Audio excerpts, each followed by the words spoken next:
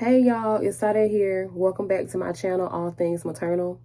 First and foremost, thank you guys so much for the kind comments, um, especially under the video in which I speak about my molestation. That was a very difficult video for me to shoot. It's not something that I talk about because I still feel, a great amount of guilt and a great amount of shame. So I just want to say thank you for those of you guys who commented such nice things. And for those of you guys who share a similar experience, I'm sorry. My heart goes out to you. My prayers are out there for you.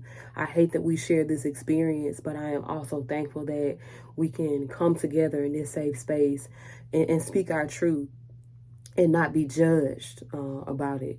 And so thank you guys so much for the views, for the comments, for subscribing. I really appreciate all that. I'm just so thankful. Thank you, thank you, thank you. So this video, I want to talk about why I blame myself for the molestation. And that's partially why it took me so long to come forward, because I grew up in a home in which everything was my fault. And for those of you that grew up the same way, and you know what I mean by blame shifting, no matter what happened, everything always seemed to fall back on you.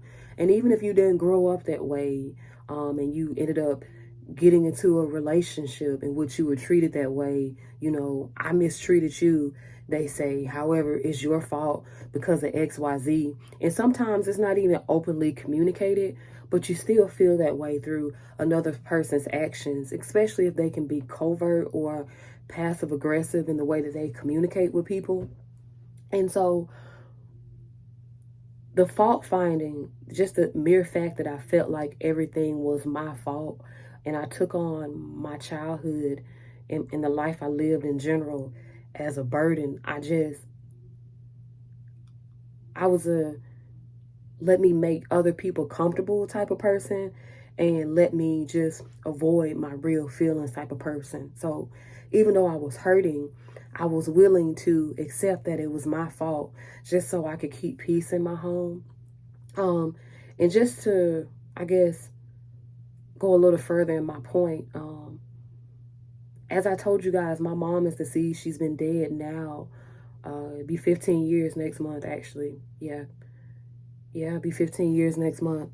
And dang, I didn't realize it had been that long. But so she got ill actually when I was in ninth grade, the second semester of my ninth grade year. And so from the age of 15 to 18, my schoolwork fell behind just completely because my mom ended up getting kidney failure.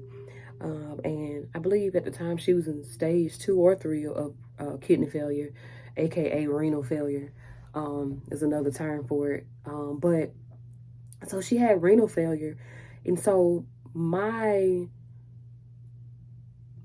high school education, or my education in general, just my future in general, sort of became an afterthought for me because my mom, she went to dialysis 3 times a week, and she was always sick.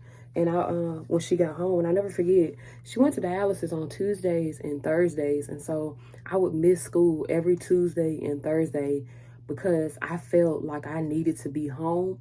She never really communicated that verbally, but, well, not literally, but she made it known that it was my responsibility to take care of her. And that was just my role in my home in general. That was that caretaking role. That was the, hey, you need to fix everything. You need to make sure everybody's okay type of mentality. And so my schoolwork and stuff fell behind. I ended up dropping out of high school, second semester of 11th grade, actually.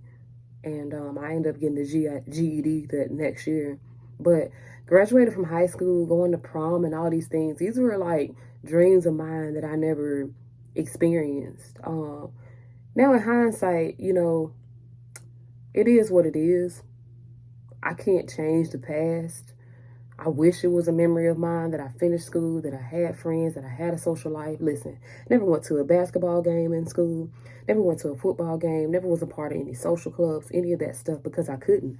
I always had to be home. I always had to be the responsible one.